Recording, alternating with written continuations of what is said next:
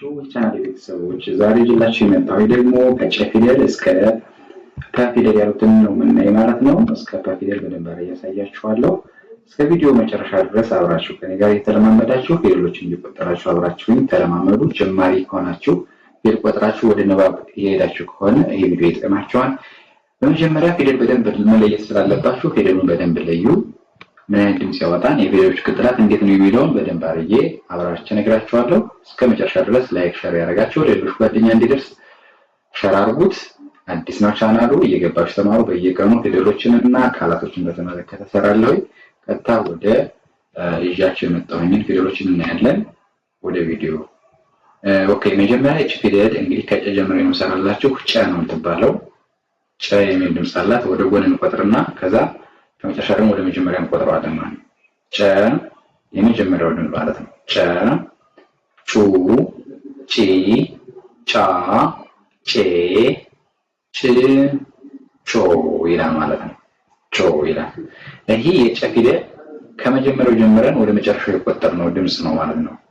ግን ጨን ፊደል በደንብ ለመለየት ከመጀመሪያው ወደ መጨረሻ መቁጠር ብቻ ልታውቁት አትችሉም። በደንብ የምትይዙት ከመጨረሻው ወደ መጀመሪያ በመቁጠርና የፊደሎችን አቀማመጥ በደንብ በመለየት ይሆናል ማለት ነው። ስለዚህ የመጨረሻዋ አይሚን ጮ የሚል ድምጽ ነው የሚኖረው። ጮ ከዛ ጭ ስድስተኛ ትሆናለች።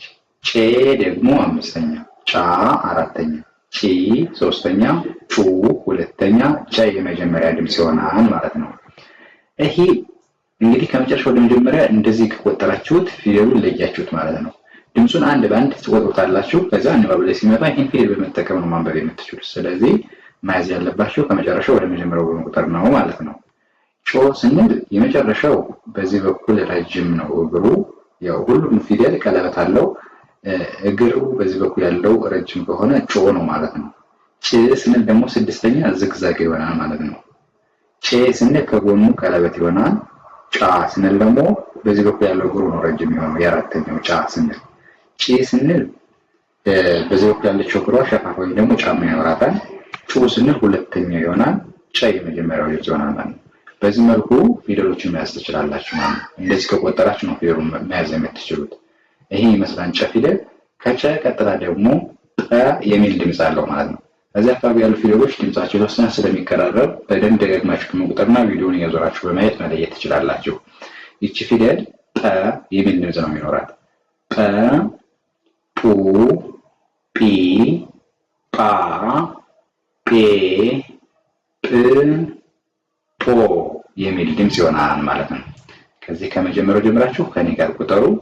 ከዛ ከመጨረሻው ደግሞ ወደ መጀመሪያው ከኔ ጋር አብራችሁ እየደጋገማችሁ መቁጠር ማለት ነው። ጶ የመጨረሻው ድምጽ ነው። ጵ ስድስተኛ ነው። ጴ አምስተኛ፣ ጳ አራተኛ፣ ጲ ሶስተኛ፣ ፑ ሁለተኛው፣ ጰ የመጀመሪያው ድምጽ ይሆናል ማለት ነው። እንደዚህ ከያዛችሁ ጶ ስንል አሁንም በዚህ በኩል ያለው ረጅም ነው የሚሆነው፣ በዚህ አጭር ነው የሚሆነው። ጵ ስንል ስድስተኛ ከላይ ከአናቱ ላይ ቅጥላት ይኖረዋል። ጴ ቀለበት ነው የሚኖረው። የሁሉ ፊደል እግሩ ቀለበት ነው የሚኖረው። ጳ ስንል ደግሞ በዚህ በኩል ያለው ረጅም በዚህ አጭር ይሆናል። ጲ ሶስተኛ ሸፋፋ ትሆናለች። ፑ ቅጥላት ይኖረዋል። ጰ ምንም የመጀመሪያ ድምጽ ቅጥላት ምንም የለውም ማለት ነው። በዚህ መልኩ መያዝ ትችላላችሁ ማለት ነው። በጣም አሪፍ። ቀጥሎ ደግሞ ከጰ ቀጥላ ደግሞ ሰ ትባላለች። እቺ ሰ፣ ሱ፣ ሲ፣ ሳ፣ ጼ፣ ስ፣ ሶ የሚል ድምጽ ይሆናል ማለት ነው። ይሄ ደግሞ በእንደዚህ ያደርጋችሁ መቁጠር። እቺ ማን አልኳችሁ? የጸ ፊደል ነው። የመጨረሻው ሶ ይላል። ስ ከዛ ጼ፣ ሳ፣ ሲ፣ ሱ፣ ሰ የሚል ድምጽ ይሆናል ማለት ነው። በዚህ መልኩ ነው የምትይዙት። ይሄ የጸ ፊደል ሲሆን ይሄንም ደግሞ ቅጥላቱን በደንብ መለየት ስላለባችሁ ሶ ስትሉ በዚህ በኩል ያለው ረጅም ይሆናል፣ በዚህ ያለው አጭር ነው የሚሆነው። ሶ ስትሉ ስትሉ ደግሞ ከላይ አሁንም ቅጥላት ይኖረዋል፣ ስድስተኛ ማለት ነው። ጼ ስትሉ ደግሞ ቀለበት።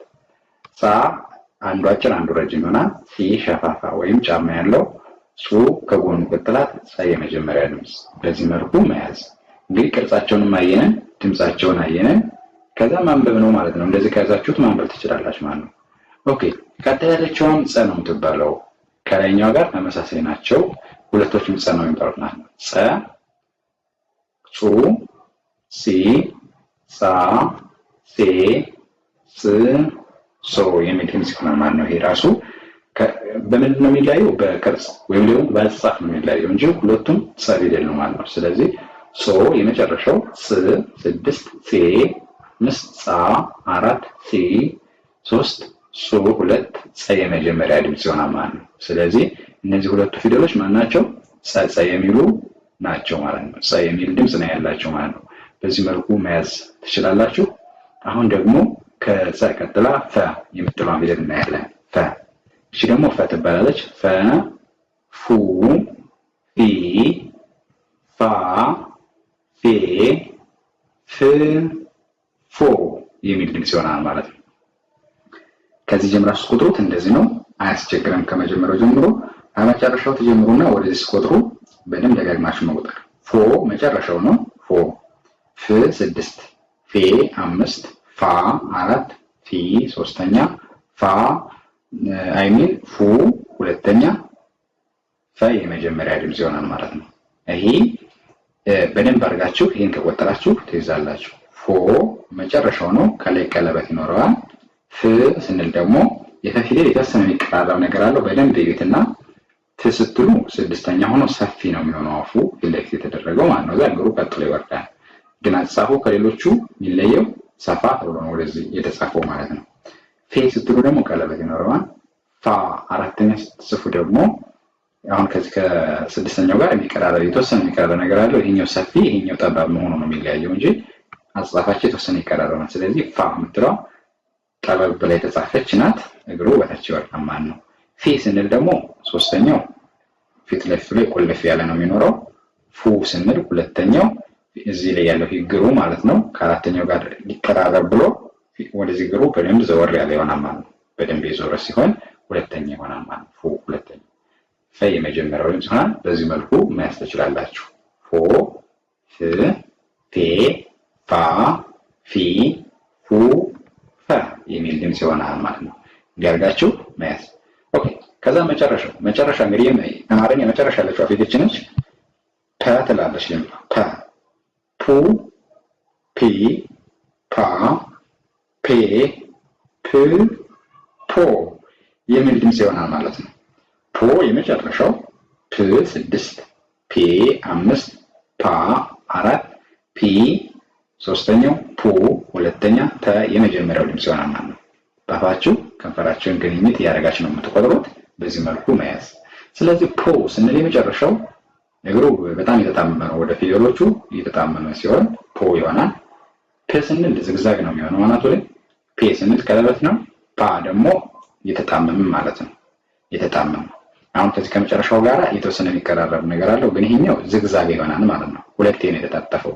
ይሄ ደግሞ አንዴ ወደታች ወርዶ ታች ከእግሩ ላይ የታጠፈው ማለት ነው። ፓ የሚለው ፒ 3ኛ እግሯ ሸፋፋ ነች። ፑ ቀጥላት ይኖረዋል። ፐ ምንም ቀጥላት የሌለው ይሆናል ማለት ነው። በዚህ መልኩ መያዝ ትችላላችሁ።